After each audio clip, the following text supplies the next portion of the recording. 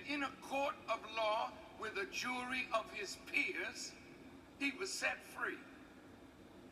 A lot of folk didn't like that, so they sued him.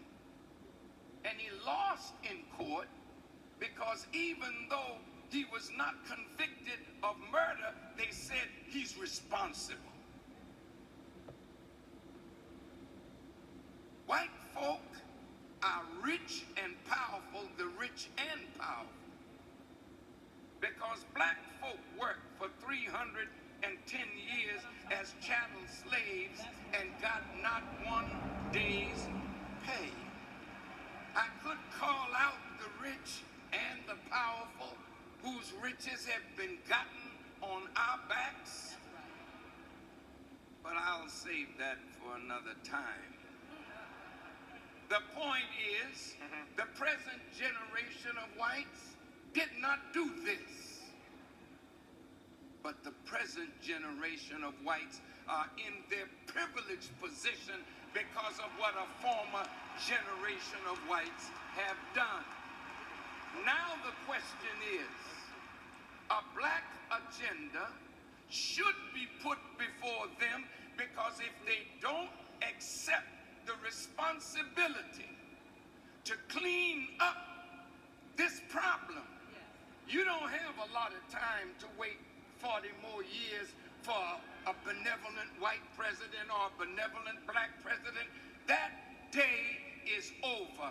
America is facing the judgment of God as we sit around this table. Look at the weather. Look at the world turning down on her. America is bankrupt.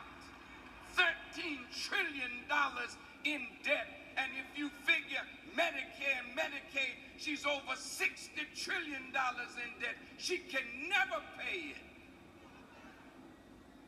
That's why she voted for $650 billion in armament, because she can't pay the debt.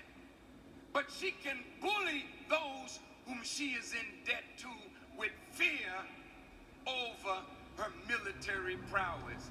I'm here to tell you she's losing there too. Now I close.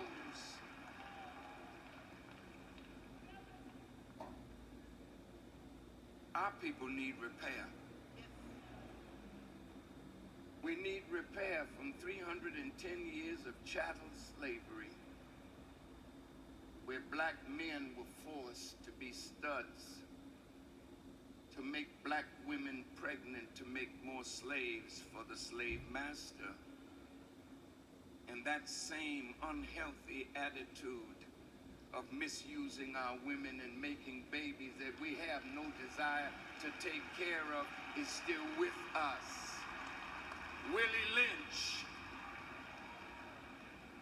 who gave the ways that we could keep being divided so that they could rule us for 1,000 years, that sickness is still with us. Yes, we got a black president, but brother said it was confusion. He confused the issue. But really, he never wants to lose the white vote. So if he loses the white vote, he don't care that you voted for him. But if he loses the white vote, he feels he will lose. Dear brother, if you're watching, out of love, you won't lose the white vote of those whites that really understand this problem and know that this problem needs to be solved, and we can't keep relegating it to generation after generation because a few of us got a little money, a few of us got positions, a few of us have wealth, while the masses of our people are going steadily down. No one man can rise above the condition of his people. So President Obama, this august body of brothers and sisters that really love you, want you to use your bully pulpit, but then after you do that, then what about us? See, brother said responsibility. Is it that we should let them take responsibility to do for us, or should we pool the knowledge that's at the table, the power that's in our community, the wealth that's in our community to change the harsh reality of black life in America? He can create an atmosphere, but we have to do the job of fulfilling the black agenda. Thank you very much.